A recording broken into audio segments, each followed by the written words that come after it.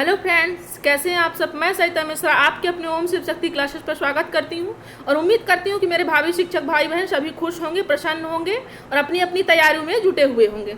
चलिए, तो आज हम यहाँ पर कुछ इंपॉर्टेंट क्वेश्चन करने वाले हैं जो हम 3 सब्जेक्ट यहाँ पर लेकर आए, हिंदी, CDP और EVS। ये आपके संडे के लिए सरप्राइज था जो हमने आपसे नहीं बताया था। तो चलिए आज क्वेश्चन की ओर अपने चलते हैं, देखते हैं क्या क्या आज खास होने वाला है। उससे पहले आप चैनल पर अगर नए हैं चैनल को सब्सक्राइब कीजिए और ये टेलीग्राम की लिंक दी हुई है तो आप टेलीग्राम की लिंक ज्वाइन कीजिए और यहाँ पर डेली आपको वीडियो और यहाँ पर PDF प्रोवाइड कराए जाते हैं, तो आप यहाँ पर ज्वाइन करके सब कुछ आप प्राप्त कर सकते हैं। चलिए, अगर चैनल पर नए हैं तो चैनल को सब्सक्राइब जरूर कीजिएगा ताकि आपको डेली का नोटिफिकेशन प्राप्त हो सके। ये सरिता मिश्रा के लिए, ये सरिता मिश्रा की तरफ से आप सबके लिए क्या है, एक छोटा सा संदेश है जो आप सब देखिए कि मैं आपकी तैयारी के साथ प्रतिबद्ध हूँ तैयारी कराने के लिए। आप भी तैयार रहिए मेरे साथ अपनी तैयारी को बेहतर करने के लिए। और इस सेशन को, आज के सेशन को बहुत इंपॉर्टेंट बनाना है और सबको शेयर कर, जितने सारे मेरे भाई बहन हैं जहाँ भी हैं आप सभी को शेयर कीजिए, अपने फ्रेंड को, अपने भाई बहन को, सभी की तैयारी को बेहतर कराना है हमें यहाँ पर। आज जो यहाँ पर सेशन होने वाला है बहुत इंपॉर्टेंट है, तो आपको वीडियो के अंत तक बने रहना है। चलिए चलते हैं, तो अपने क्वेश्चन की ओर चलते हैं। पहला, ये डेली क्लासेस आपकी 9 बजे यहाँ पर दी जाती है, तो आप डेली क्लासेस कहीं भी रहें लेकिन 9 बजे अपने क्लासेस की ओर जरूर ज्वाइन करें। ये सरिता मिश्रा के द्वारा आपको प्रोवाइड कराया जाता है, तो यहाँ पर डेली क्लासेस रहती हैं। चलें, तो अपने आज के क्वेश्चन की ओर चलते हैं। पहले पार्ट में हम हिंदी पढ़ेंगे, फिर इसके बाद हम CDP पढ़ेंगे, फिर हम EVS पढ़ने वाले हैं। तो वीडियो के अंत तक आपको बने रहना और सबसे पहले 1 सेकंड अपना निकाल करके अपने सभी भाई बहनों को आप शेयर कीजिए और झूम के शेयर कीजिए, पूरे मन लगाकर शेयर कीजिए। वैसे मैं कल के क्लासेस में बहुत खुश हूँ कि मेरे सभी भाई बहन ने, सभी ने बहुत हेल्प की है और कल कई लोग जुड़े हुए थे हमारे साथ, कई लोगों ने आनंद लिया क्लासेस का और फीडबैक भी दिया कि क्लासेस उनको अच्छी लग रही। तो मैं चाहती हूँ कि आप सब और भी भाई बहन यहाँ जुड़े, आप सभी फ्रेंडों को और भी जितने कल भाई बहन ने हेल्प की है वो आज भी हेल्प करें और शेयर करें, सभी को, सभी फ्रेंडों को शेयर कर और लोगों को यहाँ पर जोड़ना है हमको। चलिए, तो क्वेश्चन की ओर चलते हैं। पहले हम, भाषा अर्जन और भाषा अधिगम में महत्वपूर्ण अंतर है। आपने 2 शब्द देखा होगा, अर्जन और अधिगम। अगर आप कोई भी टेट का एग्जाम तैयारी कर रहे हो तो अर्जन और अधिगम जरूर आपने ये सब वर्ड पढ़ा होगा, हमसे नहीं पढ़ा होगा लेकिन किसी और से जरूर पढ़ा होगा या सुना होगा या देखा होगा आपने। बात कर लेते हैं यहाँ पर हम पहले ऑप्शन पे बात कर लेते हैं कि भाषा अर्जन और भाषा अधिगम में महत्वपूर्ण अंतर क्या है इन दोनों में। क्या भाषा का कठिनाई स्तर अंतर है, ये भाषिक परिवेश की उपलब्धता में अंतर है, ये भाषा सीखने सिखाने की पद्धति में अंतर है, या भाषा की पाठ्यपुस्तक में। थोड़ा अर्जन और अधिगम के बारे में जान लेते हैं कि क्या होता है अर्जन और अधिगम। 2 इंपॉर्टेंट क्वेश्चन है, ये हर बार क्वेश्चन बनते हैं चाहे कोई भी टेट का एग्जाम हो, तो आपको बिल्कुल इस शब्द को नहीं छोड़ना है। अर्जन क्या होता है, जैसे मान लीजिए अगर घर में आपके क्या छोटा बच्चा है तो वो क्या करता है, वो पानी को क्या बोलता है, मम बोलता है। क्या बोलता है, पानी को मम बोलता है। अब वही बच्चा क्या जाए, स्कूल में जाए, तो वो बच्चा पानी को क्या बोलने लगे, मम को क्या बोलने लगेगा, पानी बोलने लगेगा, क्योंकि वहां पर शिक्षण पद्धति से उसको पढ़ाया जा रहा है। यहाँ पर वो खुद ही माहौल से वो अपने आप को समझेगा वो कि मम बोलना है। अगर आपने कह दी मम चाहिए, हाँ वो मम डेली वो मम ही बोलेगा। लेकिन जैसे वो स्कूल जाएगा, शिक्षण विधियों से शिक्षक से सीखेगा, पढ़ेगा, तो वो क्या, उसकी भाषा बदल जाएगी। किसमें बदल जाएगी, अधिगम में बदल जाएगी। तो जो घर पे भाषा हो रही थी या समाज में उसको जो सुनने समझने को मिल रहा था वो अर्जन हो रहा था, और जब जैसे स्कूल गया, शिक्षण पद्धतियों में जुटा, तो वो क्या हो गया, अधिगम होने लगा। तो यहाँ देखिए ऑप्शन कीजिए, यहाँ क्या राइट आंसर भी कीजिए और शेयर भी कीजिए सभी लोग। क्या भाषा का कठिनाई स्तर में कुछ रोल है, ये भाषिक परिवेश की उपलब्धता है, भाषा सीखने सिखाने की पद्धति है, या भाषा की पाठ्यपुस्तक है। तो आंसर कीजिए, हमारे यहाँ पर राइट आंसर है ऑप्शन नंबर बी। कौन सा है, ऑप्शन नंबर बी आपका राइट हो, भाषिक परिवेश की उपलब्धता। क्योंकि भाषा का जो परिवेश होता है घर पे अलग होता है, तो बच्चा क्या बोल रहा है, मम बोल रहा है। अब वही परिवेश उसको बदल गई, स्कूल में टीचर में मिल गई उनको, तो क्या बताने लगे उसको, पानी। उन टीचर क्या करने लगे, उसी भाषा को, मातृभाषा को स्कूली भाषा में बदलने लगे, क्या बोलने लगे, क्या, पानी बोलने लगे। ठीक, तो हमारा ऑप्शन हो जाता है ऑप्शन नंबर बी, वहां पर परिवेश की बात हो रही है। चलिए वहां पर नेक्स्ट क्वेश्चन की ओर चलते हैं। नेक्स्ट क्वेश्चन है आज का हमारा यहाँ पर, भाषा की कक्षा को, क्या भाषा की कक्षा को एक समावेशी कक्षा बनाने के लिए आवश्यक है। समावेशी क्या है आप जान लीजिए थोड़ा सा। समावेशी कक्षा में सभी समान रूप से बच्चों को रखा जाता है, चाहे वो विकलांग बालक हो, मंदबुद्धि बालक हो, या प्रतिभाशाली हो, चाहे सृजनात्मक हो, सभी को उसमें समान रूप से हमको देखना है, समान रूप से क्लासेस में बच्चों को रखना है। तो ये समावेशी कक्षा होती है, मतलब वहाँ उस कक्षा में सभी लोग रहते हैं। तो यहाँ पर ऑप्शन दिया कि समावेशी कक्षा को बनाने के लिए आवश्यक क्या क्या है। यहाँ पर जो शर्तें दी हुई है, क्या क्या आवश्यक है एक समावेशी कक्षा बनाने के लिए। क्या पाठ्यक्रम को कम कर दिया जाए तो समावेशी कक्षा बन जाएगी, या विभिन्न प्रकार के दृश्य सामग्री का उपयोग किया जाए, या भाषाई कौशलों का आकलन ना किया जाए, या पाठ पुस्तकों के पाठ को कम कर दिया जाए। क्या अगर 20 पाठ का है चैप्टर कोई, तो आप क्या 10 पाठ कर दोगे तो समावेशी कक्षा उसमें लागू हो जाएगी, या भाषाई कौशलों कुशलताओं क्या करोगे, आकलन ही नहीं करोगे वहां पर, तो बच्चा कुछ सीख ही नहीं, क्योंकि आपको कमियों को पता ही, आकलन ही नहीं करोगे तो आपको उनकी कमियों को पता ही नहीं चलेगा आपको। अब बात यहाँ पर हो रही है दृश्य और शब्द सामग्री की। ये हमारा राइट आंसर होता है। क्यों होता है? क्योंकि बात यहाँ पर दृश्य शब्द सामग्री की हो रही है। तो जो बच्चे को आप समावेशी कक्षा, क्योंकि कक्षा कैसी है, समावेशी कक्षा है, उसमें कई प्रकार के बच्चे हैं वहाँ पर, है ना। तो हमें वहाँ पर दृश्य और दृश्य सामग्री क्या होती है थोड़ा जान लेते हैं। अगर जैसे ब्लैक बोर्ड आपका क्या है, ब्लैक बोर्ड क्या है आपका दृश्य सामग्री, और शब्द सामग्री क्या है आपका टेप रिकॉर्डर हो गया, रेडियोग्राफर हो गया, है ना, माइक्रोफोन हो गया, ये सब क्या है, ये आपके श्रव्य से, जिसमें आपको सुनाई देता है वो श्रव्य होगा, जिसमें दिखाई देता है वो आपका श्रव्य सामग्री होगा। तो समावेशी कक्षा में क्योंकि सभी प्रकार के बच्चे हैं, इसलिए हमारा राइट ऑप्शन नंबर बी हो जाएगा। इसके तहत हम क्लास में प्रोवाइड कराएंगे, चीजों को क्लास में पढ़ाएंगे तो बच्चे और भी आसानी से समझ पाएंगे। चलिए नेक्स्ट क्वेश्चन की ओर चलते हैं। शेयर करना आपको बिल्कुल नहीं भूलना है, और अब वीडियो के अंत तक बिल्कुल बना रहें, क्योंकि यहाँ पर जो क्वेश्चन आए बहुत सिलेक्टेड क्वेश्चन है, बहुत इंपॉर्टेंट क्वेश्चन है। चीज़ों को अलग अलग तरीके से नई नई चीज़ों आपको यहाँ पर सीखने को आज मिलने वाली है। तो पूरा मन लगा के आप शेयर भी कीजिए, पूरे मन लगा के क्लासेस में यहाँ पर देखिए कि मैम क्या बता रही है, नोट भी करते जाइए कॉपी में। तीसरा यहाँ पर क्वेश्चन दिया, प्राथमिक स्तर पर भाषा शिक्षण में कविता शिक्षण की प्रणाली है। कविता शिक्षण, क्योंकि कविता शिक्षण भी होता है, विधियाँ जो होती हैं क्लासेस में पढ़ाने की, हिंदी की हो चाहे इंग्लिश की हो, तो कविता भी दी हुई होती है, व्याख्या विधि भी होती है, कई प्रकार की विधियाँ होती हैं। तो यहाँ पर जो कविता विधि की बात, कविता शिक्षण की बात की गई है कि उसकी प्रणाली कौन कौन सी है। पहला ऑप्शन कह रहा है अभिनय, दूसरा है गीत, तीसरा क्या है व्याख्या, चौथा क्या है ए और बी दोनों। तो क्या होना चाहिए कविता शिक्षण के लिए, क्या यहाँ पर इंपॉर्टेंट होना चाहिए, क्या अभिनय होना चाहिए, गीत होना चाहिए, व्याख्या। तो आप जब कविता शिक्षण की बात करें, कविता की बात करें, तो कविता क्या होती है, कविता गाई जाती है, गेयता भी होता है उसमें। अब अगर कविता में गेयता है, ठीक है, कोई आप पोयम है क्लासेस में आप पढ़ा रहे हो, तो उस चैप्टर में क्या पोयम आ गई, तो पोयम अगर पढ़ा रहे हो तो बच्चा क्या करेगा, बच्चे को कहोगे कि आप इस चीज को गेयता के हिसाब मतलब गाकर सुनाओ, तो बच्चा गाकर सुनाएगा। और कुछ ऐसी वहां पर एक शब्द आगे जो एक्टिविटी करने लायक है, अभिनय करने लायक है, तो बच्चा क्या करेगा, बच्चे को आप क्या करोगे, एक दूसरे को समूह बना करके उसी चीज का अभिनय करवाओगे, तो वो बच्चा और भी आसानी को चीजों को समझ पाएगा। तो यहाँ पर जी कविता शिक्षण में विधि का उपयोग करेंगे, तो इन दोनों विधि, अभिनय विधि का भी, गीत विधि का भी। तो यहाँ पर राइट ऑप्शन नंबर डी हमारा राइट हो जाएगा। आंसर करते रहिए सभी फ्रेंड, अपना आंसर, अपना लास्ट में अपना नंबर भी बताएंगे, कौन किससे कितने नंबर है, कितनी तैयारी किसकी बेहतर चल रही है। चलिए अपने नेक्स्ट क्वेश्चन की ओर चलते हैं कि यदि रोशनी रेलगाड़ी को रेलगाड़ी लिखती है, क्या लिखती है रोशनी, कोई लड़की है जो रेलगाड़ी को क्या लिखती है, रेलगाड़ी लिखती है, तो आप क्या करेंगे, भाषा शिक्षक हैं, अगर आप टीचर हैं तो क्या करेंगे उसके लिए वो ऐसा करें तो उसके लिए क्या प्रोसेस करेंगे आप। पहला ऑप्शन हमारा दिया हुआ, रोशनी से रेलगाड़ी शब्द 40 बार लिखवाना, ये गलत है बिल्कुल। 40 बार आपको रटन प्रणाली से मुक्त करना, 40 बार आप लिखवा, चाहे 40 बार लिखवा दो, 80 बार लिखवा दो, उससे ऐसा जरूरी नहीं कि दोबारा गलती नहीं करने वाली। तो आपको रटन प्रणाली से मुक्त होना, ना कि और भी बच्चे को जोड़ना। तो आपका ऑप्शन क्या हो जाता है, बिल्कुल रॉन्ग हो जाता है। तो चलिए हम सेकंड ऑप्शन की बात करते हैं। यहाँ पर रेलगाड़ी शब्द पर, रेलगाड़ी शब्द पर क्या कर दोगे, घेरा लगाकर सही शब्द लिखकर रोशनी की कॉपी वापस कर दोगे। थर्ड ऑप्शन कह रहा है उसकी कॉपी पर रेलगाड़ी शब्द लिखेंगे और रोशनी से पूछेंगे कि लिखे हुए दोनों शब्दों में क्या अंतर है, उसे अपना शब्द स्वयं ठीक करने के लिए कहेंगे। चौथा ऑप्शन कह रहा है रेलगाड़ी शब्द घेरा लगाएंगे और रोशनी को डांटेंगे ताकि वह आगे से शब्दों को सही से, डांटने की बात यहाँ पर नहीं की गई। एनसीएफ 2005 कहता है कि बच्चों को डांटना, मारना, पीटना नहीं है, चीजों को आसानी से समझाना, ऑब्जर्व करके सिखाना है उसको। तो ये भी आपका ऑप्शन रॉन्ग हो जाता है। और पहला ऑप्शन रटन प्रणाली वाला था तो वो भी आपका रॉन्ग हो गया था। बचे हमारे ए, बी और सी बचे। देख लीजिए कौन सफिशिएंट आंसर होगा। यहाँ पर रेलगाड़ी शब्द पर घेरा लगाने की बात की जा रही है। घेरा लगा भी दोगे आप तो क्या बार बार आप गोला लगा करके रोशनी कॉपी चेक कर दो, रिटर्न कर दोगे, मतलब जब भी आप गलती करेंगे तो क्या आप ही उसको सही करोगे, जरूरी नहीं है, क्योंकि बच्चे को सीखने का खुद ही उसको ऑब्जर्व करना पड़ेगा, आपको सिखाना पड़ेगा, उसको माहौल बनाना पड़ेगा ताकि चीजों को खुद ही वो समझे, ना कि बार बार आपको लिख करके कॉपी रिटर्न करो। इससे कर भी दोगे तो कुछ फायदा होने वाला नहीं है। चलिए थर्ड ऑप्शन की ओर देखते हैं। तो ये हमारा राइट हो जाता है सी। क्यों हो जाता है, क्योंकि सर क्या करेंगे, यहाँ पर उसकी कॉपी पर रेलगाड़ी शब्द लिखेंगे। जैसे ये लिखा हुआ, ये लिखी हुई है कौन, रोशनी लिखी हुई, रेलगाड़ी रोशनी लिखी है। अब सर क्या करेंगे, कॉपी पर उसके रेलगाड़ी लिखेंगे। लिखने के बाद क्या कर पूछेंगे उससे कि लिखे हुए दोनों शब्दों में क्या अंतर है, उसे अपना शब्द स्वयं ठीक करने के लिए कहेंगे। ये रेलगाड़ी रोशनी लिखी हुई है और रेलगाड़ी कौन सर लिखी है, दोनों शब्दों को सर लिख देंगे और पूछेंगे उसी से कि बताइए कि यहाँ पर कौन सा गलत है। तो वो खुद ही ऑब्जर्व करेगी कि यहाँ पर सर वाला सही, बड़ी ड़ी है, मेरा छोटा ड़ी है। तो यहाँ पर वो चीज़ों को ऑब्जर्व करेगी, देखेगी कहाँ पर गलत हो रहा है और उसे स्वयं ही ठीक करना होगा, उसे धीरे धीरे से अब बस आपको चीज़ों को थोड़ा सा उसे कनेक्ट करना पड़ेगा, उसकी गलती को और आप जो सही है उस चीज़ों को कनेक्ट करोगे तो बीच का मीडिएटर वो खुद ही सॉल्व कर लेगी एक दिन। चलिए, तो अपने ये राइट आंसर हो जाएगा ऑप्शन नंबर सी। अपने नेक्स्ट क्वेश्चन की ओर चलते हैं हम। आंसर करते रहिए, सभी फ्रेंड आंसर करते रहिए, अब पूरे मन से क्लासेस को एंजॉय कीजिए। चलिए देखते हैं मॉन्टेसरी विधि में।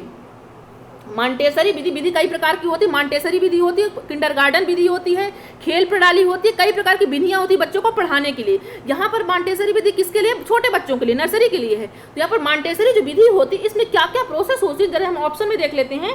पहला ऑप्शन कह रहा हमारा कि शिक्षक श्याम पट पर अक्षरों को लिख देता है। जो मॉन्टेसरी विधि होती है इसमें क्या प्रोसेस होती है? क्या ब्लैक बोर्ड पर टीचर सिर्फ लिख देता है वहां पर मॉन्टेसरी विधि में? दूसरा ऑप्शन कह रहा है शिक्षक श्याम पट पर चौक से शब्द या वाक्य लिख देता है। ब्लैक बोर्ड पर एक वाक्य लिख करके टीचर चला जाएगा, तो क्या इससे बच्चे सीखने वाले हैं? नहीं। चलिए थर्ड ऑप्शन क्या चलते हैं, लिखना सिखाने में आंख, कान और हाथ, यही आपका राइट ऑप्शन। बात किसकी हो रही है? आंख की हो रही है, कान की हो रही है और हाथ की हो रही है। ये प्रत्यक्ष है, ये प्रत्यक्ष है। तो ये चीज़ों को आपको ज़्यादा ऑब्जर्व कर, क्योंकि जब हम अपने हाथों का खुद अपने हाथ से कोई कार्य करते हैं तो चीज़ें हमको और भी आसान लगती हैं और हमको रटना नहीं पड़ता उन चीज़ों को, हम खुद ही। क्योंकि यहाँ पर आप क्लासेस आपको पीडीएफ, जैसे आप कहते हो कि पीडीएफ मैम पीडीएफ हमको प्रोवाइड करा दीजिए, हम आपको लाख पीडीएफ प्रोवाइड करा भी देंगे, आपको बाहर से भी मिल जाएगा। आजकल नोट्स आपको हजारों जगह से मिल जाएंगे, बट आपको जो कॉन्सेप्ट मिलेगा वो हर जगह आपको नहीं मिलेगा। तो हम चीज़ों को क्या कराते हैं, आपको बता रहे हैं, तो आप इसी चीज़ को सुनेंगे भी, देखेंगे भी, समझेंगे भी, तो आपको क्या होगा, ज़्यादा नॉलेज होगा, ना कि पीडीएफ के द्वारा, है ना। तो आप पीडीएफ के फोकस मत कीजिए, क्लासेस पर फोकस कीजिए। और डेली आपको क्लासेस यहाँ पर 9 बजे मिलने वाली है, डेली आपको अटेंड करना है क्लासेस, क्योंकि हम यहाँ पर जो कंटेंट ला रहे हैं बहुत ही मेहनत करके ला रहे हैं और सेलेक्ट करके ला रहे हैं, ताकि आपकी चीज़ें यहाँ पर आसानी से समझ आए। तो राइट ऑप्शन हो जाएगा ऑप्शन नंबर सी। तो चलिए हम अपने नेक्स्ट क्वेश्चन की ओर चलते हैं और वीडियो के अंत तक बने रहिए, क्योंकि आपको 3 सेशन आज इंजॉय करना क्यों मिलेगा यहाँ पर, ठीक।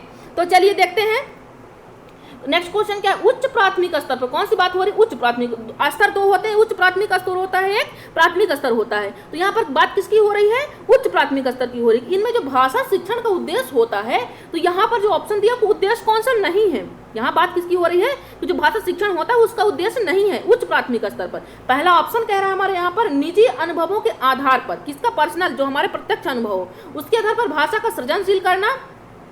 फोकस कीजिएगा, नहीं की बात हो रही है, किसकी? नहीं की बात हो रही है। सेकंड ऑप्शन कहता है हमारे यहाँ पर मुहावरेदार भाषा का अनिवार्यता प्रयोग करने पर। क्या मुहावरेदार आप भाषा वहाँ पर यूज करोगे तो आपको क्या भाषा शिक्षण का उद्देश्य वहाँ पर मिल जाएगा। देख लीजिए थर्ड ऑप्शन देख लीजिए, भाषा की बारीकी और सौंदर्य बोध को समझने की क्षमता का विकास। चौथा ऑप्शन है आपका विभिन्न साहित्यिक विधाओं से। सही बात है, साहित्यिक विधाओं से हम परिचय करवाते हैं बच्चों को। जब 6-7 की क्लास बुकें होती हैं जो हिंदी की हो, ईवीएस को, तो वहाँ पर जीवनी बताई जाती है, सूरदास जी की बताई जाती है, जैसे रैदास जी की बताई जाती है, तुलसीदास जी की बताई, तो हम विभिन्न साहित्यिक विधाओं से भी उनको परिचय करवाते हैं, क्योंकि यही अवस्था है कि धीरे धीरे बच्चा ऑब्जर्व करेगा तो आगे चलकर वो अपने सब्जेक्ट को चुन पाएगा। तो चलिए देखते हैं राइट आंसर क्या है। बात हो रही है यहाँ पर नहीं की बात हो रही है, तो हमारा राइट ऑप्शन हो जाएगा ऑप्शन नंबर बी, क्योंकि अनिवार्यता कोई भी चीज नहीं होगी, चाहे वो कोई भी सब्जेक्ट हो, अनिवार्यता वहां पर कोई भी चीज लागू नहीं करना है, सिर्फ ऑब्जर्व करना, देखना है चीजों को, हर एक विधियों से देखना है हमको, सिर्फ एक चीज पर हमको लागू नहीं कर देना। तो अनिवार्यता के कारण आपका आंसर यही राइट हो जाता है। कुछ ऐसे वर्ड हैं, सीटेट हो चाहे एमपीट हो, उसमें हम डिस्कस करेंगे, वीडियो अलग से लेंगे, तो वहां पर बताएंगे कि आपको कुछ यहाँ पर नेगेटिव पॉइंट्स होते हैं जो आपको यूज बिल्कुल क्लासेस में नहीं करने हैं आपके एग्जाम में। तो यहाँ पर right option option number B हो जाता है। चलिए अपने नेक्स्ट क्वेश्चन की ओर चल रहे हैं, आंसर करते रहिए, सभी फ्रेंड आंसर करते रहें। नेक्स्ट क्वेश्चन, उपचारात्मक शिक्षण की सफलता निर्भर करती है। कौन सी उपचारात्मक? आपने देखा होगा कि जो शिक्षण उपचारात्मक शिक्षण भी होता है, निदानात्मक शिक्षण भी होता है। तो निदानात्मक में क्या होता है? निदान में आप क्या करते हैं? कमियों को ढूंढा जाता है। उपचारात्मक में उसी जो कमी को ढूंढा गया है उसी का उपचार कर दिया जाता है उपचारात्मक में। तो ऑप्शन देख लीजिए कि सफलता निर्भर करती है, जो उपचारात्मक शिक्षण होता है ये किस पर सफलता, इसकी सफलता किस पर निर्भर करती है। पहला ऑप्शन है हमारा यहाँ पर उपचारात्मक शिक्षण की सामग्री पर। क्या सामग्री उपचारात्मक शिक्षण कुछ मिल जाएगा तो उसमें सफलता आपको मिल जाएगी बच्चे को, कि समस्याओं के कारणों की सही पहचान करके, कि भाषिक नियमों से या समय व अवधि से। देखिए यहाँ पर नियम की कोई बात नहीं हो रही है, क्योंकि नियम हमको कहीं पर कोई फिक्स नियम कोई लागू नहीं करना है हमको। समय व अवधि पर यह भी हमको फिक्स नहीं करना है कि समय और अवधि हो। तुम्हारा राइट ऑप्शन हो जाएगा ऑप्शन नंबर बी आपका, क्योंकि समस्याओं के कारणों की सही पहचान करोगे तभी तो सफलता कुछ मिलेगी बच्चे को, आप भी उस चीज़ों को निदान कर पाओगे और यहाँ पर बच्चा भी चीज़ों को समझ पाएगा। और बच्चे को नहीं आ रहा तो आप देखोगे क्यों नहीं आ रहा है ना, तो यहाँ पर कारणों को पहचानोगे, इसके बाद जो आप एक्शन लोगे। तो क्योंकि बच्चों को हमें देखेंगे कि हमारे फ्रेंड्स को क्या कौन सा टॉपिक समझ में नहीं आ रहा है, तो हम क्या करेंगे, हम पहले आपके कारणों को देखेंगे कि आपको, हम क्यों कहते हैं कि आप यहाँ पर आंसर कीजिए, क्योंकि देखेंगे कि हमारे कितने % हमारे फ्रेंड राइट ऑप्शन कर पा रहे हैं, और जो नहीं कर पा रहे हैं उनकी तैयारी को मैं और भी बेहतर बनाऊंगी। इसलिए मैं क्या कर रही हूँ, जो आपकी आंसर देख रही हूँ क्या कर रही हूँ, वो निदानात्मक कर रही हूँ, और जो उसके बाद आंसर देखने के बाद जो मैं एक्शन लेने वाली हूँ वो क्या है, वो उपचारात्मक है। आशा करती हूँ कि आपको बिल्कुल पसंद आया होगा ये। चलिए right option number B. Next question की ओर चलते हैं अपने हम।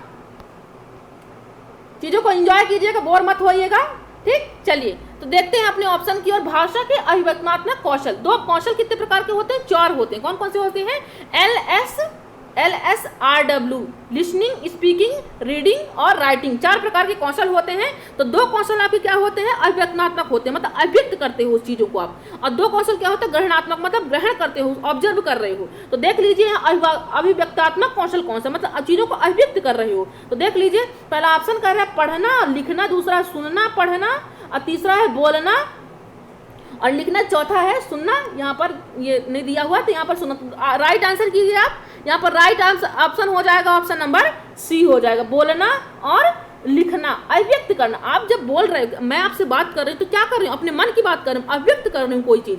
और अगर आप आंसर कर रहे हो तो क्या कर रहे हो, अपने अंदर की जो अभिव्यक्ति रखे हो आप, उसे को आप बाहर निकाल रहे हो, है ना, तो अभिव्यक्ति हो गए। अब जब आप लिख भी रहे हो, आंसर कर रहे हो, तो क्या अपने मन की अभिव्यक्ति को ही लिख रहे हो ना। Option number A, option number B, आपका जो मन कहता है अभिव्यक्ति, वही चीज़ तो आप वहाँ पर दे रहे हो, है ना। तो ये आपका क्या हो जाता है, राइट ऑप्शन नंबर सी आपका राइट हो जाता है। पढ़ना और लिखना तो है, लिखना अभिव्यक्त है, लेकिन यहाँ पर पढ़ना जुड़ा हुआ है, इसलिए पढ़ना क्या हो जाएगा, आप पढ़ रहे हो तो उस चीज को क्या कर रहे हो, ग्रहण कर रहे हो, क्या कर रहे हो। तो ये आपको किसके अंतर्गत आ जाएगा, ग्रहणात्मक कौशल के अंतर्गत आ जाएगा। ये जो क्वेश्चन लेकर आई हूँ मैं, बहुत इंपॉर्टेंट है। ये सीटेट में भी आया हुआ है और एमपीटेट में भी हुआ है और यूपीटेट में, तीनों आए, इसलिए मैं यहाँ पर ये क्वेश्चन रखी हूँ। और हर बार आते हैं, एक बार नहीं हर बार आते हैं। तो आपको ये चारों कौशलों को बिल्कुल ध्यान से पढ़ना है और ध्यान से इसीलिए मैं तीनों सेशन एक साथ रखी हूँ, ताकि आपका, मैं जानती हूँ कि लॉकडाउन के कारण बहुत सारे फ्रेंड तैयारी छोड़ चुके होंगे, तो मैं इसीलिए आपका रिवीजन कराने के लिए तीनों क्लास एक साथ लेकर आई हूँ, ताकि आपका रिवीजन हो जाए और अपनी तैयारी को आप आंक पाओ कि आप कितने पानी में हो, ठीक। और मैं कितनी पानी में हूँ मैं भी देख सकती हूँ कि मेरे फ्रेंड्स कितने तैयारी कर चुके हो, कितने नहीं किए हैं, ये भी मुझे देखना है। चलिए अपने नेक्स्ट क्वेश्चन की ओर चलते हैं। बोर तो नहीं हो रहे हैं आप सब ना, ठीक है। चलिए नेक्स्ट क्वेश्चन की ओर चलते हैं। प्राथमिक स्तर पर भाषा की पाठ्य पुस्तकों में किस प्रकार की रचनाओं को स्थान दिया जाना चाहिए। प्राथमिक स्तर पर पाठ्य पुस्तकों में किस प्रकार की रचनाओं का स्थान देना चाहिए, जो प्रत्यक्ष रूप से मूल्यों पर आधारित हो, कि केवल कहानी और कविताएं हो, ऐसी रचनाएं जो बच्चों के परिवेश से जुड़ी हो, या और जिनमें भाषा की अलग छटाएं हो, या नेक्स्ट क्या है ऑप्शन, विदेशी साहित्य की रचनाएं। देखिए आंसर कीजिए आप सब, क्या है यहाँ पर, प्राथमिक स्तर पर बुकें अगर हो रही हैं, यहाँ पर लॉन्च हो रही हैं, तो वहाँ पर आप क्या क्या इंक्लूड कराओगे उन बुकों में। हिंदी की बुक है अगर, तो उनमें कौन कौन सी रचनाओं को आप स्थान दिलाओगे। चलिए देख लेते हैं, अपना आंसर करते रहिए, सभी फ्रेंड आंसर करते रहें। आंसर क्या हो जाएगा, ऑप्शन नंबर सी आपका राइट हो जाएगा। वहाँ पर क्या करोगे आप, ऐसी कविताओं को स्थान दोगे, ऐसी रचनाओं को स्थान दोगे, ऐसे गद्य पद्य, जो भी गद्य से साहित्य से जो आपसे भी वहाँ पर लिया जाएगा बुक में, तो वहाँ पर ऐसे साहित्य रखें, या ऐसे या गद्य हो चाहे पद्य, ऐसे भी पद्य रखे जाएंगे, ऐसे गद्य रखे जाएंगे जो किससे रिलेटेड हो, जो उसके बच्चे के परिवेश से रिलेटेड। ये नहीं कि आप फौरन की चीज़ उसमें डाल दो, ये ऐसा आपको बिल्कुल नहीं करना है। बात किसकी हो रही है, प्राथमिक स्तर की हो रही है, तो आपको चीज़ों को भी देखना है कि बात किसकी की गई। यहाँ पर आपको यहाँ पर क्वेश्चन ढंग से पढ़ना, आंसर देखो या नहीं, पहले सबसे पहले आप क्वेश्चन को आराम से देखिए, नहीं तो आपका सारा यहाँ पर गलत हो जाए, क्योंकि थोड़ा सा हेर फेर रहता है क्वेश्चन में, जो हमारा आंसर रहता है बस थोड़ा सा हेर फेर रहता है। तो आपको प्राथमिक स्तर की बात की गई है, तो यहाँ पर ऐसी रचनाएं रखोगे क्लास में या पाठ्य पुस्तक में जो बच्चे के परिवेश से जुड़ी हुई हो, जैसे नानी की कहानी है ना, तो यहाँ बहुत सारी ऐसी स्टोरी उसमें जुड़ी हुई होती है, क्योंकि बच्चे नानी के तो ज़्यादातर जाते हैं ना, घर के फिर कहाँ जाते हैं, वो नानी के यहाँ जाते हैं छोटे बच्चे, तो वहाँ पर उनके परिवेश से जुड़ी हुई हो, और जिनमें भाषा की अलग छटाएं हों, क्या हो, वो बच्चे को क्या अलग अलग प्रकार की क्या बता रही हूँ, छटाएं बता रही हूँ, अलग अलग साहित्य, अलग अलग विधा के बारे में, अलग अलग शब्द के बारे में थोड़ा वो जानकारी, थोड़ा बहुत भी वो दे रही हो। तो यहाँ पर राइट ऑप्शन हो जाएगा ऑप्शन नंबर सी। तो चलिए अपने नेक्स्ट क्वेश्चन की ओर चलते हैं हम। प्रश्न पूछना और प्रतिक्रिया व्यक्त करना परिचर्चा में भाग लेना वर्णन करता है। क्या क्या, प्रश्न पूछना और प्रतिक्रिया व्यक्त करना। परिचर्चा में भाग लेना, बच्चा क्या कर रहा है, पूछ रहा है आपसे, प्रतिक्रिया आप भी उसे कुछ प्रतिक्रिया दे रहे हो, आप भी कुछ व्यक्त कर रहे हो, परिचर्चा में भाग लेना, ये सब क्या है, ये सब क्या है। बच्चे से आप क्या कर प्रश्न पूछ रहे हो, उससे वो क्या प्रतिक्रिया देख रहा है, आप उसको देख रहे हो, वो क्या व्यक्त कर पा रहा है ये भी आप उसमें देख रहे हो। परिचर्चा में उसको भाग लेने में इंक्लूड करवा रहे हो जबरदस्ती, मतलब अगर क्लास में क्या हो रहा है, अगर कुछ पढ़ा रहे हो आप तो उसको भी अपनी चर्चा में भाग दिलवा रहे हो, तो क्या कर रहे हो ये सब। अब देखिए ऑप्शन पहला क्या कह रहा है यहाँ पर, भाषा आकलन के तरीके मात्र हैं। कौन सा है, पहला ऑप्शन है हमारा भाषा आकलन के तरीके मात्र है। सेकंड ऑप्शन है केवल शिक्षण पद्धति है। ये सब जो एक्टिविटी कर रहे हो क्लास में आप, ये क्या है कि आकलन के तरीके हैं, तरीके मात्र है। यहाँ पर बात किसकी हो रही है, मात्र की बात। सेकंड ऑप्शन है केवल शिक्षण पद्धति है। क्या ये, क्या शिक्षण पद्धति इस तरह करना कि भाषा सीखने सिखाने तो आकलन के तरीके हैं। चौथा है केवल समय बिताना। ये सब जो क्लासेस में मैं आपसे क्वेश्चन पूछ रही हूँ कि फ्रेंड्स आपको क्या समझ में नहीं आ रहा है, तो क्या यहाँ पर मैं टाइम पास कर रही हूँ कि मैं आपका ये आकलन तरीके मात्र है कि मैं आप आकलन लेना चाहती हूँ इस तरह में कि केवल, यहाँ पर केवल वर्ड की यूज हुआ, क्या केवल, और यहाँ पर मात्र, ये आपका निगेटिव टर्म्स है। आपको ध्यान रखना है कुछ टर्म्सों का, मैं जल्दी वीडियो रिलीज करने वाली हूँ यहाँ पर। तो ये मात्र और यहाँ पर केवल, ये आपका निगेटिव टर्म्स है, आपको तुरंत ही रॉन्ग करना है आंसर को। और यहाँ पर राइट ऑप्शन क्या हो जाएगा, भाषा सीखने सिखाने तो आकलन के तरीके मात्र हैं। अगर बच्चे सब क्लासेस में छोटा बच्चा है, वो प्राथमिक स्तर का है, अगर छोटी छोटी चीज उससे पूछ रहे हो तो वो क्या कर रहे हो आप सीखने सिखाने क्या आकलन के तरीके हैं। ये एक तरह से तरीके हैं आकलन के। अब चीज़ों को आकलन के बच्चा कितना ऑब्जर्व कर पा रहे हैं। तो चलिए नेक्स्ट क्वेश्चन क्यों चलते हैं। शेयर करना बिल्कुल नहीं भूलना है आपको, और यहाँ पर क्लासेस को देखिए भी आराम से एंजॉय कीजिए, और आपको आंसर भी करना है यहाँ पर। चलिए नेक्स्ट क्वेश्चन की ओर। मूल्यांकन का उद्देश्य, मूल्यांकन का उद्देश्य जहाँ पर क्लासेस में मूल्यांकन होता है उसका क्या उद्देश्य होता है, चलिए देखते हैं। क्या धीमी गति से सीखने वाले एवं प्रतिभाशाली बालकों के रूप में लेबल करना है, कि मतलब कि दो प्रकार के बच्चा है, एक प्रतिभाशाली है, एक धीमी गति से सीखने वाला है। उन दोनों बालकों में क्या करना है, आपको दोनों को लेबल करना है कि मतलब कि प्रतिभाशाली एक अलग है, कि मतलब ये प्रतिभाशाली हो गई, धीमी गति, ये सब करना आपका यहाँ उद्देश्य है मूल्यांकन का। नेक्स्ट ऑप्शन है आपका अधिगम की कठिनाई व समस्या वाले क्षेत्रों का पता लगाना है। फिर क्या है, जिन बालकों की, ये आपका CDP स्टार्ट हो गया है, 11 से आपका CDP स्टार्ट हो गया, ठीक। 10 तक क्या हमारा चल रहा था, हिंदी चल रहा था, अब ये क्या है CDP चल रहा है, ध्यान दीजिएगा, ठीक है। तो देखिए कि मूल्यांकन का उद्देश्य क्या है। तो तीसरा ऑप्शन कह रहा है कि जिन बालकों को उपचारात्मक शिक्षा की आवश्यकता है उनकी पहचान करना, कि उत्पादक होता जीवन जीने के लिए शिक्षक की सीमा तैयार की गई पाई है, मतलब कि एक पाई चार्ट में एक तरह से मूल्यांकन कर दिया जाता है कि बच्चा क्या है, इसका जीवन है, इतने % ये कर रहा है, इतने % ये कर रहा है, एक पाई की तरफ से उसमें आप क्या करोगे, उसको व्यक्त करने वाले हो, उसका मूल्यांकन करने के बाद कि बच्चा इस तरीके से है, क्या ऐसा कुछ करने वाले। तो आंसर कीजिए आप यहाँ पर, तो राइट आंसर हो जाएगा, आंसर नंबर आप यहाँ पर बी हो जाए। क्या होगा यहाँ पर, मूल्यांकन क्यों कर रहे हो बच्चे का, कि अधिगम की कठिनाई, बच्चा जो नहीं सीख पा रहा उसको सीखने में कठिनाई क्या है, और उस कठिनाई में समस्या जो आ रही है उसको, उसी क्षेत्र को आप पता लगा पाओगे। क्यों पता लगाओगे, ताकि पता लगाने के बाद उसका आप उपचार कर सको, ठीक। तो ऑप्शन नंबर बी आपका राइट हो जाता है।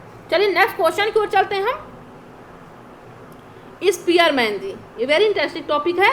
तो ये क्या है यहाँ पर, स्पीयरमैन बुद्धि के सिद्धांत, बुद्धि अपने आप में चैप्टर बहुत इंपॉर्टेंट चैप्टर, बुद्धि किसी दिन क्लासेस करेंगे उसके बारे में। यहाँ पर हार्वर्ड गार्डनर जी ने दिया है ना, थॉर्नडाइक जी ने दिया है, स्पीयरमैन ने दिया है, कई लोगों ने यहाँ पर अपनी थ्योरी दिया है। तो यहाँ पर बात किसकी हो रही, स्पीयरमैन का बुद्धि सिद्धांत माना जाता है, क्या एक कारक माना जाता है, या द्विकारक माना जाता है, या बहुकारक माना जाता है, या समूह कारक माना जाता है। तो जो स्पीयरमैन की थ्योरी उन्होंने बुद्धि के सिद्धांत दिए हैं, तो कितने प्रकार के दिए हैं उन्होंने, 2 प्रकार की। क्या कितने प्रकार की, 2 प्रकार की, ठीक है।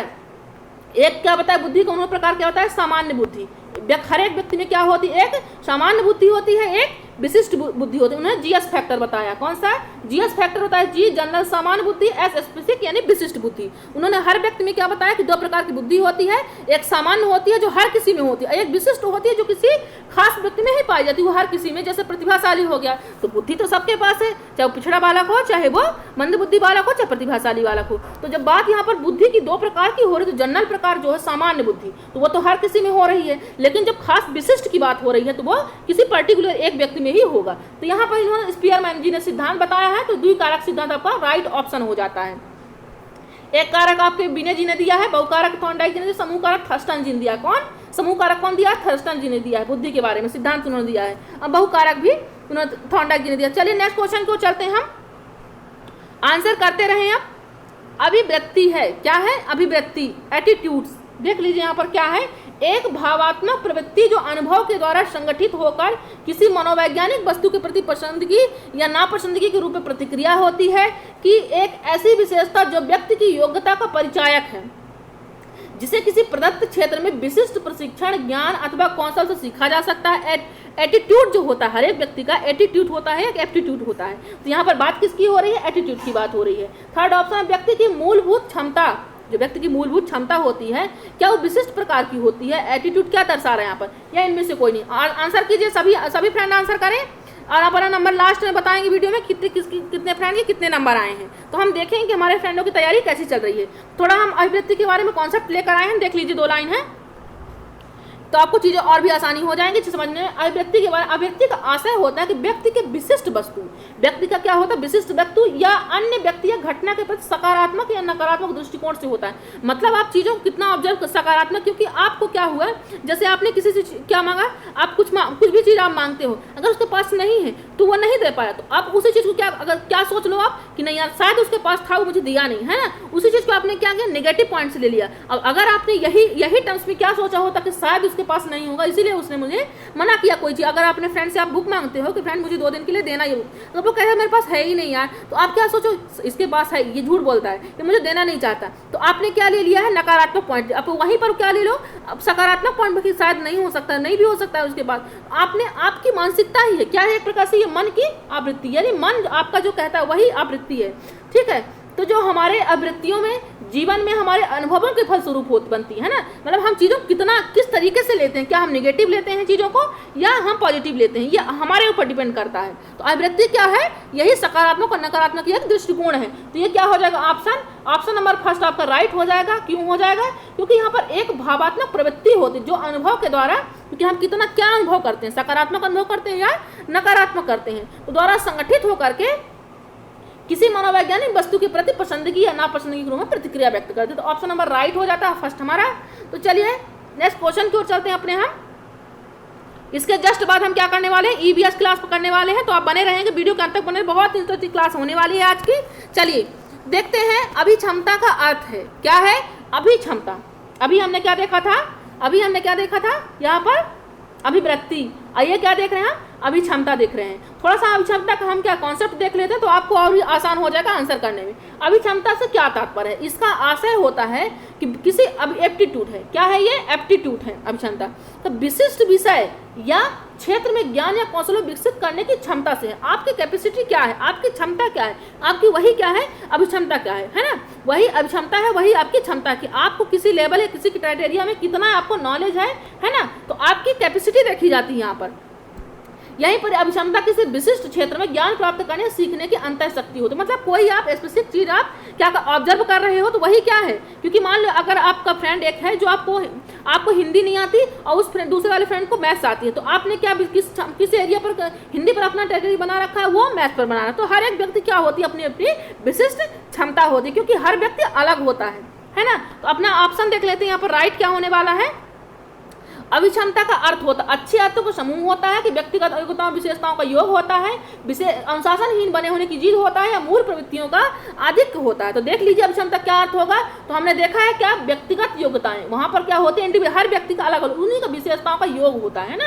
ऑप्शन नंबर बी आपका राइट हो जाता है। नोट करते रहिए। अगर आपको सेशन पसंद आ रहा है तो आप लाइक जरूर कीजिएगा। लाइक आपके ऊपर है, लेकिन शेयर हमारे ऊपर, शेयर आपको हमारे हिसाब से करना पड़ेगा, ठीक है। चलिए तो नेक्स्ट क्वेश्चन की ओर चलते हैं,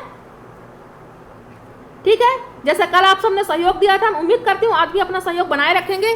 चलिए तो वीडियो के अंत तक बने रहें आप सब, तो मुझे भी खुशी होगी कि मैं यहाँ पर सेशन जो लेकर आई हूँ तो मेरे फ्रेंड लोग को अच्छा लग रहा है। चलिए अपने क्वेश्चन की ओर चलते हैं। एक बच्चे की मानसिक आयु, कोई एक बच्चा है उसकी मानसिक आयु क्या है?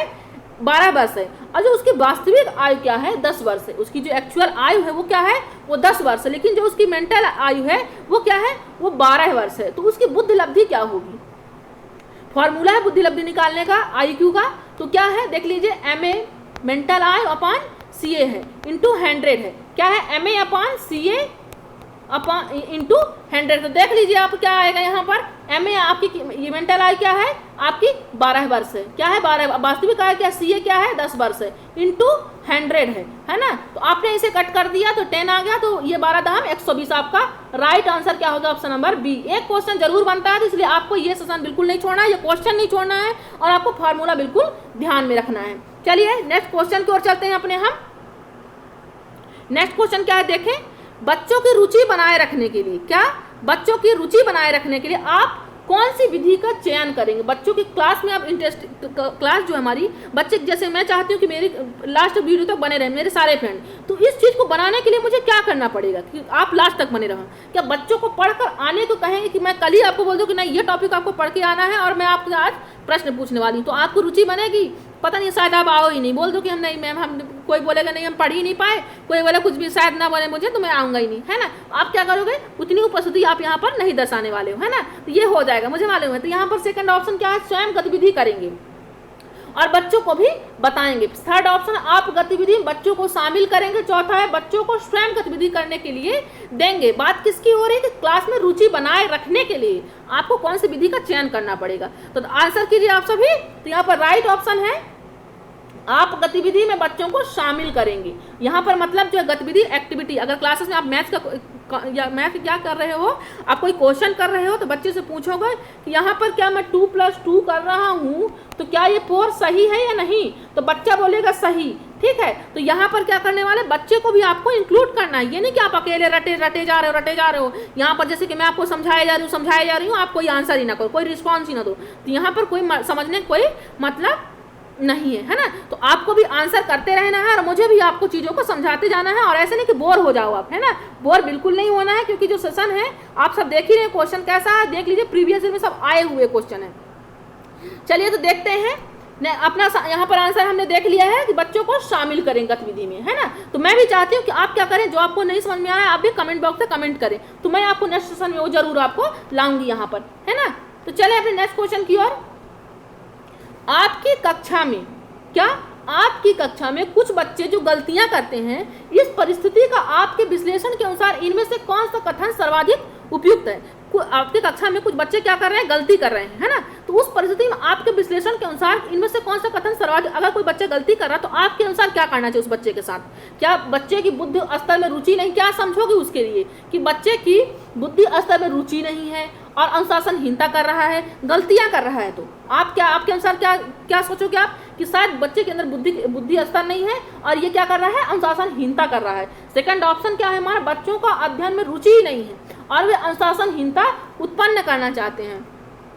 फिर तीसरा ऑप्शन क्या है, बच्चों को आपकी कक्षा में प्रोन्नत नहीं करना चाहिए, मतलब जो वो क्या कर रहा है, गलती कर रहा है, तो ऐसा आप बोलो कि यार इसको फालतू में इस क्लास में ला के रख दिए, है ना, इसको नहीं आना चाहिए, तो ऐसा करोगे आप, रिएक्ट ऐसा करने वाले हो। ऑप्शन नंबर 4 कहता है बच्चों ने अभी तक संकल्पनात्मक स्पष्टता प्राप्त नहीं की है तथा आपको अपनी शिक्षण विधि पर चिंतन करने की आवश्यकता है। यह हमारा राइट ऑप्शन हो जाएगा, क्योंकि बात यहाँ पर चिंतन की भी हो रही है। किसकी हो रही है, चिंतन की। तो जब चीज़ों को ऑब्जर्व करने की बात आए तो ऑप्शन आपका राइट हो जाता है। बात यहाँ पर टीचर की हो रही, तो यहाँ पर क्या कह रहा है ऑप्शन आपका, पूछ क्या रखा था कि आपकी कक्षा में कुछ बच्चे जो गलतियां कर रहे हैं तो आपके अनुसार क्या वहाँ पर समझना चाहिए, क्यों कर रहा है बच्चा गलती इसलिए कर रहा है क्योंकि शायद अभी तक आपकी जो विधि, जिस विधि से आप पढ़ा रहे हो, शायद वो अभी उस चीज़ को समझ नहीं पा रहा है, यानी आपकी शिक्षण विधि में और भी सुधार करने की आवश्यकता है। मतलब मैं आपको जो यहाँ पर कॉन्सेप्ट क्लास लेकर आ रही हूँ, MCQ लेकर आ रही हूँ, आपको समझ में नहीं आ रहा है, अगर आप आंसर नहीं कर पा रहे हो तो मुझे क्या जरूरत है, अभी और भी बेहतर करने की क्लास में जरूरत है ना। तो राइट ऑप्शन हो जाएगा ऑप्शन नंबर डी। तो चलिए अपने नेक्स्ट क्वेश्चन की ओर चलते हैं हम। अहम, बड़ा इंटरेस्टिंग है यहाँ पर, अहम क्या, अहम ईगो का कार्य। हमने सिगमंड फ्रायड जी की थ्योरी पढ़ रखी है, व्यक्तित्व के बारे में उन्होंने बताया है, मन के बारे में उन्होंने बताया, व्यवहार के बारे में उन्होंने बताया, हमको सब कुछ डिटेल में थ्योरी पढ़ ली है।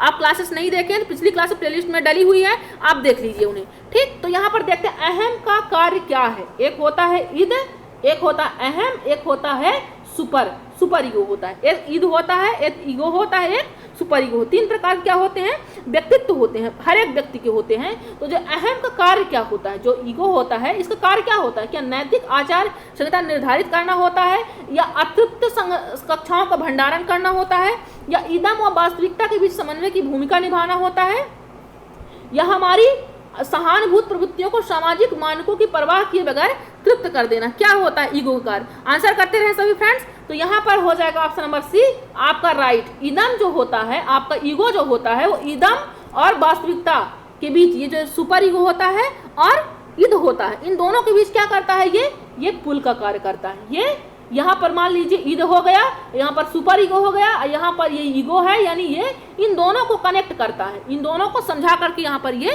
इस एज में जो ईगो व्यक्ति में पाई जाती है, व्यक्तित्व क्या करता है, ईगो वाला ये पार्ट क्या कर, दोनों को बैलेंस बनाकर ये चलता है। बीच का पार्ट ये ब्रिज का काम करता है, पुल का काम करता है। ठीक, हमारा राइट आंसर हो जाएगा ऑप्शन नंबर सी, आपका राइट हो जाएगा। सभी फ्रेंड आंसर करते रहें और शेयर करना बिल्कुल नहीं भूलना है किसी को। अपना टारगेट अपना रोज का नहीं भूलना है, क्योंकि हमें नए नए फ्रेंड को जोड़ना है ताकि यहाँ पर सेशन देख पाए वो भी और चीज़ों को यहाँ पर लाभ ले पाए, है ना। क्योंकि ये फ्री क्लासेस है, फ्री PDF दिलाए जा रहे हैं, कोई चार्जेस नहीं यहाँ पर। हम MCQ प्लस कॉन्सेप्ट दोनों कर रहे हैं। ठीक है, चलिए नेक्स्ट क्वेश्चन की ओर चलते हैं। बच्चों में सीखने और सुनने के लिए अधिगम योग्य वातावरण के लिए निम्नलिखित में से कौन सा उपयुक्त है? क्या क्या क्या कह रहे हैं यहाँ पर? बच्चों में सीखने और सुनने के लिए जो अधिगम योग्य वातावरण के लिए निम्नलिखित तो कौन सा उपयुक्त होता है? सुनने और सीखने के लिए अधिगम योग्य वातावरण आप क्लासेस में बनाना चाहते हो कि सुनने, बच्चे सुने भी और उसको सीखे भी, उसके लिए आपको क्लासेस में कैसा वातावरण बनाना पड़ेगा? पहला ऑप्शन कह रहा है यहाँ पर निरंतर क्या करना है, गृह कार्य देते रहना है, सीखने वाले द्वारा व्यक्तिगत कार्य करना है, या एक लंबे समय के लिए निष्क्रिय, यहाँ पर निष्क्रिय नहीं करना, आपको सक्रिय करना, आपका रंग हो जाता है। ठीक, यहाँ पर फिर अगर शिक्षार्थियों को कुछ यह छूट देना है कि क्या सीखना है और कैसे सीखना है। ठीक, तो यहाँ पर सुनने और सीखने की बात हो रही है कि आप क्लासेस में किस तरह की एक्टिविटी बनाओगे कि बच्चा सुन भी पाए और चीज़ों को सीख पाए। तो यहाँ पर राइट ऑप्शन हो जाएगा ऑप्शन नंबर डी कि क्या करोगे आप वहाँ पर कि बस विद्यार्थियों को, आपके शिक्षार्थियों को क्या करो, छूट दोगे कि क्या सीखने। जैसे मैं आपको क्या कह रही हूँ कि आपको कौन सी क्लासेस आपको चाहिए, आप कमेंट बॉक्स से कमेंट करें, हम वही क्लासेस लेकर आएंगे। तो हम क्या दे रहे हैं आपको, हम आपको आपके ऊपर डिसाइड दे रहे हैं, आपका निर्णय आपके ऊपर कर रहे हैं कि आपको क्या और कैसे सीखना है। मैं आपको उसी तरह सिखाने के लिए तैयार हूँ यहाँ, क्योंकि मैं तो आपके साथ प्रतिबद्ध हूँ आपकी तैयारी कराने के लिए। तो आप भी मेरे साथ प्रतिबद्ध हो जाइए शेयर करने के लिए, सिर्फ शेयर करने के लिए, और किसी के लिए मैं आपको नहीं कह रही हूँ, सिर्फ शेयर करने के लिए। और मैं चीज़ें जो बता रही हूँ उसको आप नोट कर सकते, नोट कर लीजिए, या चीज़ें आपको समझ में आ रही तो यहीं पर समझ लीजिए। तो यहाँ पर राइट ऑप्शन हो जाए ऑप्शन नंबर डी, आपका राइट हो जाता है। चलिए अपने नेक्स्ट क्वेश्चन की ओर चलते हैं हम। व्यक्तिगत अंतरों का ज्ञान किसका? व्यक्तिगत अंतरों का ज्ञान शिक्षकों की मदद किसमें करता है? व्यक्तिगत जो अंतरों का ज्ञान होता है शिक्षकों की, मतलब हर व्यक्ति क्या होता है, इंडिविजुअल होता है, मतलब अलग अलग विशेषता हर व्यक्ति की होती है। तो जो ये अंतरों का ज्ञान होता है तो शिक्षकों की मदद किसमें करता है?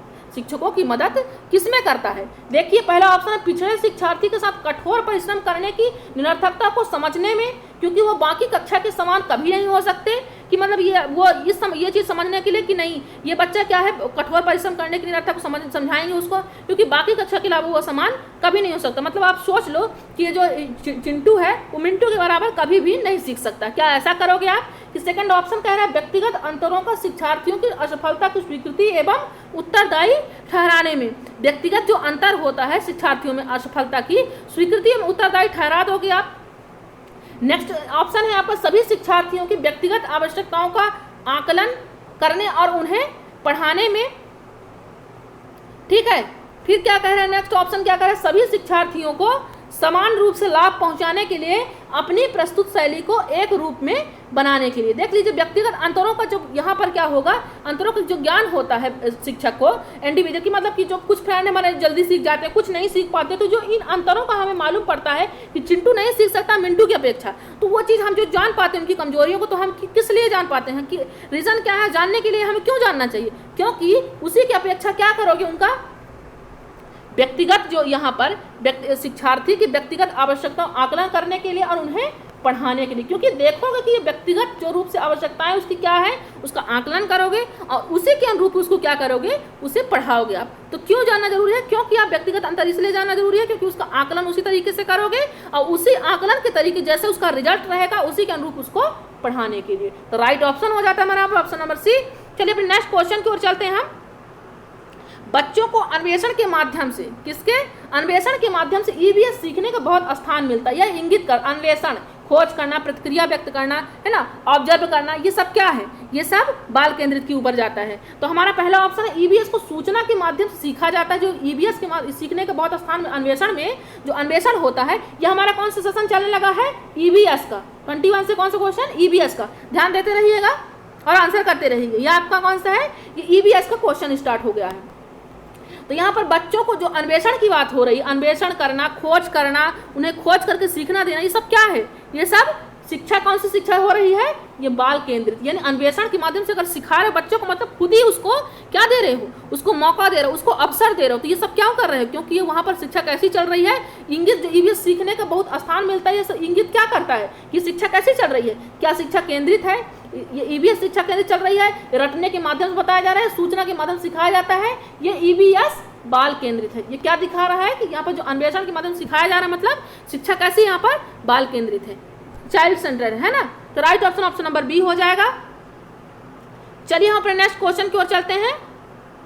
निम्नलिखित में से कौन सा एक प्राथमिक स्तर पर, कौन सा निम्नलिखित में से कौन सा एक प्राथमिक स्तर पर छात्रों को पेड़ों के संरक्षण की अवधारणा के प्रति संवेदनशील बनाने के लिए एक उपयुक्त गतिविधि नहीं है। निम्नलिखित में से जो प्राथमिक स्तर पर छात्रों को पेड़ों के माध्यम, मतलब पेड़ों के संरक्षण के लिए आपको क्या बताना है, पेड़ों का संरक्षण करना, क्या करना, पेड़ों का संरक्षण करना, आपको टॉपिक बच्चों को समझाना है, उस अवधारणा को उनके मन में बिठाने के लिए कि पेड़ों क्या करना चाहिए, रक्षा करना चाहिए, उनको काटना नहीं चाहिए। तो इस चीज़ को अगर बच्चों को आप उसके मन में बिठाना चाहते हो तो इनमें से कौन से ऑप्शन के द्वारा आप चीज़ों को बैठा सकते हो, क्योंकि रटा तो सकते नहीं, परिभाषा तो बता नहीं सकते, बच्चा समझ नहीं पाएगा। आप कौन सी एक्टिविटी करेंगे, पहला ऑप्शन है हमारे यहाँ पर पेड़ों पर स्लोगन लेखन प्रतियोगिता का आयोजन करोगे। यहाँ पर पूछ क्या रहा है, उपयुक्त विधि नहीं है, नहीं पर फोकस जरूर कीजिएगा, नहीं तो आपका आंसर बना बनाया यहाँ पर रॉन्ग हो जाएगा। ठीक, यहाँ पर नहीं पे फोकस आपको करना है, तो उपयुक्त विधि नहीं है। तो पेड़ों पर स्लोगन लेखन प्रतियोगिता का आयोजन करके आपको दिखाना है कि नहीं पेड़ों का संरक्षण किस प्रकार से करना है, उसका स्लोगन दे दोगे लिख करके। सेकेंड ऑप्शन कह रहा है हमारे यहाँ पर बच्चों को लकड़ी का भंडारण दिखा करके, भंडारण दिखाते हो कि इस तरह लकड़ी रखी जाती है, इसलिए पेड़ को नहीं काटना है आपको।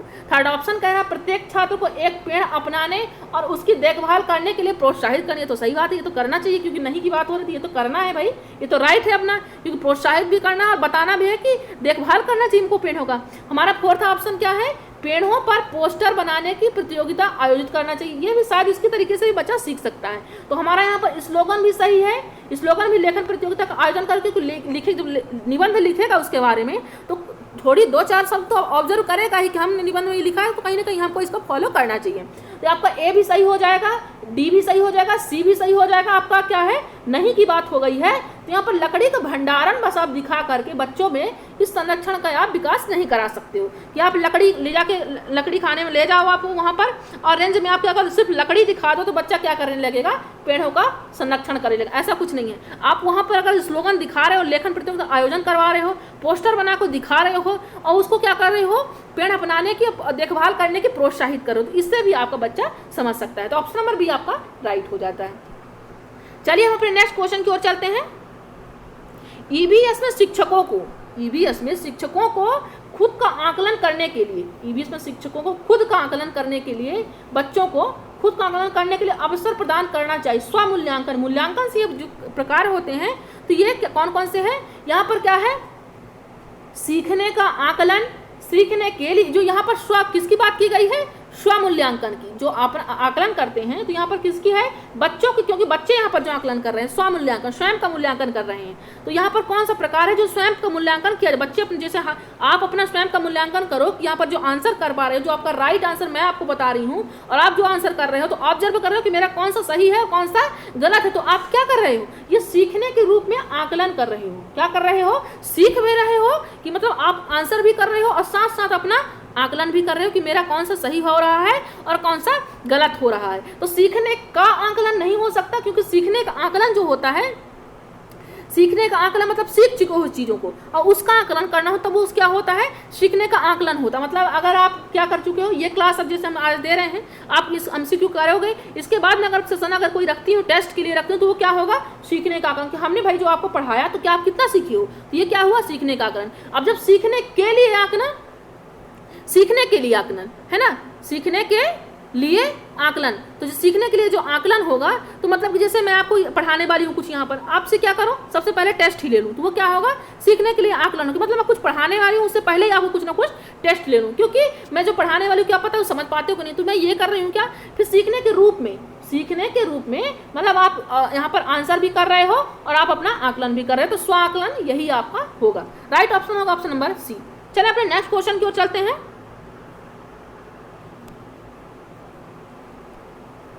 देखते हैं नेक्स्ट क्वेश्चन क्या है। भावी शिक्षकों को यात्रा विषय पर, भावी शिक्षक आप सब मेरे भाई हैं, तो यात्रा विषय पर अगर आपको चैप्टर पढ़ाना है बच्चों को, बच्चा कौन सी क्लास में है, वो 5th में है, छात्रों को सामने प्रस्तुति देना है यात्रा पर, आपको क्या देना है, विषय चैप्टर है, उसमें जो हमारी थीम है, 6 थीमों में हमारा यात्रा भी क्या है, थीम है एक, ठीक। तो यहाँ पर जो यात्रा थीम है हमें, तो कक्षा 5 के छात्रों को सामने प्रस्तुत करना है, यात्रा चैप्टर आपको पढ़ाना है, बच्चों को प्रस्तुत करना है। तो उनमें से जो ऑप्शन दिया हुआ है ये 4, तो इनमें से आप कौन सी एक्टिविटी कराओगे ताकि वो यात्रा शब्द को या यात्रा चीज को या यात्रा चैप्टर को परिभाषित कर सके या वो चीज को समझ सके, कौन सी एक्टिविटी आप वहां पर करोगे इस चैप्टर को पढ़ाने के लिए। तो चलिए देखते हैं अपना आंसर, आप ऑप्शन देखते हैं। ऑप्शन देखिए आप, पहला ऑप्शन है यहाँ पर, स्पष्टीकरण के साथ यात्रा के विभिन्न तरीकों को दिखाने के लिए चार्ट का उपयोग करोगे, यात्रा के विभिन्न तरीकों को समझाने के लिए पाठ्यपुस्तक सामग्री का उपयोग करोगे, छात्रों को यात्रा के विभिन्न तरीकों को उपयोग करके अपने स्वयं की यात्रा के अनुभवों को बताने के लिए कहना, या छात्रों को यात्रा के विभिन्न तरीकों की तस्वीरें एकत्र करने के लिए बुक तैयार करने के लिए कहोगे। वो बुक कहाँ से, क्योंकि छोटे बच्चे भी कहाँ से तैयार कर लेंगे बुक, तो आपका आंसर क्या हो जाएगा, रॉन्ग हो जाएगा, क्योंकि वो बुक तैयार थोड़ी ना कर लेंगे, इतना बड़ा थोड़ी हो गया है बच्चा, कक्षा 5 का बच्चा है कि बुक तैयार कर लेगा, तो आपका आंसर क्या हो जाएगा, रॉन्ग हो जाएगा। और देखिए आप अपना ऑप्शन आंसर करते रहिए आप सभी। स्पष्टीकरण के साथ यात्रा के विभिन्न तरीकों का चार्ट बस दिखाने से वो यात्रा चीज को नहीं समझ पाएगा, क्योंकि आप मैप भले दिखा दो कि यहाँ से दिल्ली जा रहे हैं, मुंबई जा रहे हैं, ऐसे ऐसे करने से तो क्या वो यात्रा समझ जाए कि यात्रा क्या चीज होती है ना, ऐसे नहीं कुछ समझेगा वो। फिर क्या बात हो रही है यहाँ पर थर्ड में, छात्रों को यात्रा के विभिन्न तरीकों का, यही आपका राइट हो जाए, क्योंकि बात किसकी की गई है, अनुभवों की। मतलब छात्रों यात्रा के विभिन्न तरीकों का उपयोग करके अपने स्वयं की यात्रा, बच्चों से पूछिए कि आपने नानी घर गए, नानी घर जब बस ने आपने कैसे यात्रा की, वहाँ पर क्या क्या खाया आपने, तो आप खुद ही उससे पूछोगे तो बच्चा क्या, हाँ मैंने तो चॉकलेट, बहुत सारी मम्मा ने मुझे चॉकलेट दिलाया है, समोसे दिलाए हैं, तो वो खुद की बताएगा, हाँ मैं यहाँ से गया, फिर दिल्ली गया, दिल्ली से मैंने बस चेंज किया, तो कहाँ गया मैं, अब जहाँ भी उसको जाना है तो नेक्स्ट अपनी बस वहाँ से बदल लेगा, तो अपनी यात्रा के बारे में खुद ही बताया कि मैं नानी घर यहाँ है, मैंने ऐसा ऐसा किया वहाँ पर, ठीक। तो यहाँ पर राइट आंसर हो जाएगा ऑप्शन नंबर सी हो जाएगा।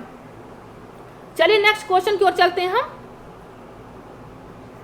प्राथमिक स्तर पर वैसे आपको जो भी आंसर करना है या करवाना है बच्चों से, आपको ज्यादा से ज्यादा चीजें क्या, बाल केंद्रित है ना, बाल केंद्रित है, हस्तपरक है, हस्तपरक मतलब तो स्वयं अपने हाथ से एक्टिविटी करेगा, अनुभवों की बात की गई हो, प्रेक्षणों की बात की गई, अवलोकनों की बात की गई, ये सारे क्या हैं, ये आपके ये पॉजिटिव टर्म्स हैं। आपको याद रखना कि ये सारे आंसर आपके क्या होंगे, राइट होंगे जब भी इनकी बात की जाएगी। तो पहले हम देख लेते हैं यहाँ पर अपना क्वेश्चन, ईबीएस प्राथमिक स्तर, ईबीएस की पढ़ाई का एक प्रमुख उद्देश्य, जो प्राथमिक स्तर ईबीएस क्लासेस लगती है, मतलब जो सब्जेक्ट लगती है, इसका प्रमुख उद्देश्य क्या है, प्राथमिक स्तर ईबीएस क्यों लगती है।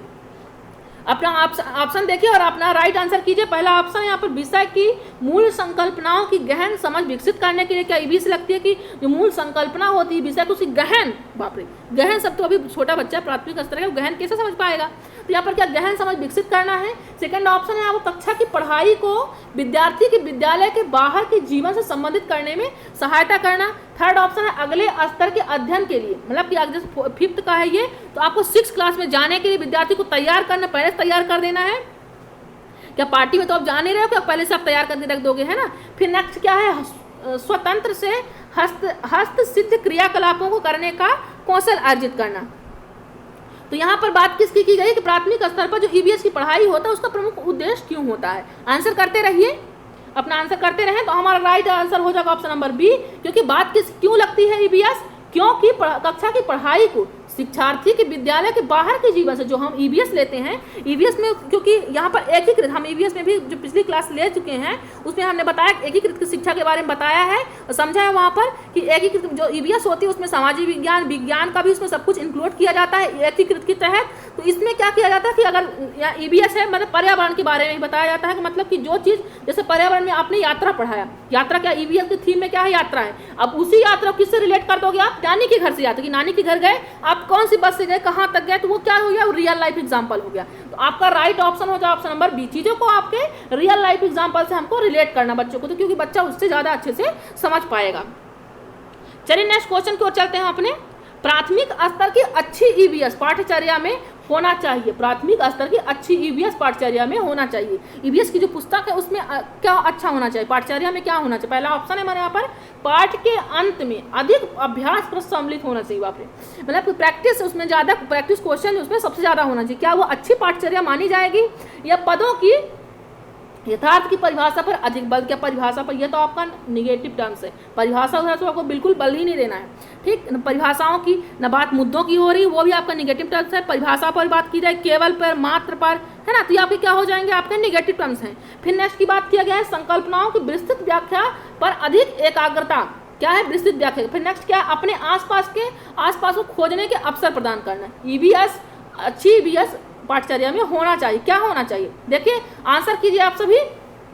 आप आंसर हो जाएगा राइट ऑप्शन नंबर डी, क्योंकि यहाँ पर आसपास की खोजने की बात की गई है, ऑब्जर्व करने की बात की गई है, यहाँ पर मौका की बात की गई है। तो आपको चीज़ों को बच्चों से ऐसे रिलेट करना है कि वो आसपास की चीज़ों को वो अपने आप से खोज पाए, रिलेट कर पाए। ईवीएस में यही इनका उद्देश्य होना चाहिए। चलिए नेक्स्ट, यह राइट हो जाएगा डी। नेक्स्ट क्वेश्चन की ओर चलते हैं अपने।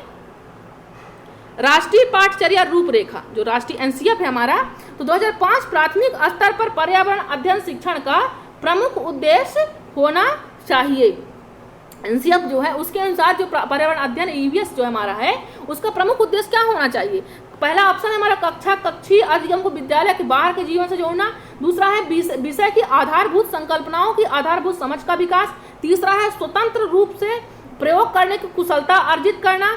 यहाँ पर फोर्थ ऑप्शन है विषय के आधारभूत सिद्धांतों का स्मरण करना। आंसर करते रहिए और शेयर करना आपको बिल्कुल नहीं भूलना है। चलिए आंसर कीजिए आप सभी। तो यहाँ पर जो एनसीएफ कहता है कि पर्यावरण अध्ययन का शिक्षण प्रमुख उद्देश्य होना चाहिए, तो क्या है? देखिए आंसर कीजिए। क्या आधारभूत संकल्पनाओं की बात तो उन्होंने की ही नहीं है। स्वतंत्र रूप से प्रयोग करने कुशलता अर्जित करना, विषय के आधारभूत सिद्धांतों का स्मरण करना, याद करना, यहाँ पर ऐसा कुछ नहीं बताया गया है।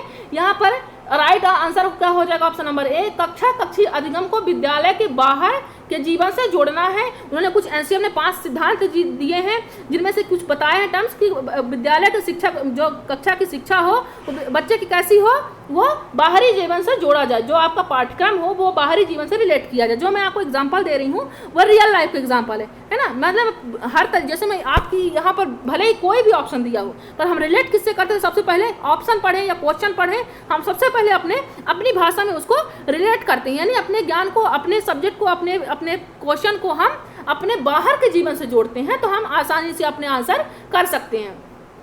ऑप्शन नंबर है आपका राइट हो जाता है। चलिए नेक्स्ट क्वेश्चन की ओर चलते हैं अपने। तो चलिए आज का क्वेश्चन बस इतना ही था।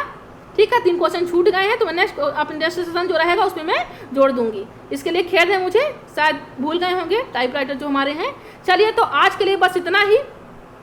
आपको वीडियो कैसा लगा आप लाइक कीजिए, अगर वीडियो आपको पसंद आ रही लाइक कीजिए और शेयर कीजिए, सभी फ्रेंडों में अपने शेयर कर दीजिए। ठीक, चलिए तो आज का सेशन बस इतना ही।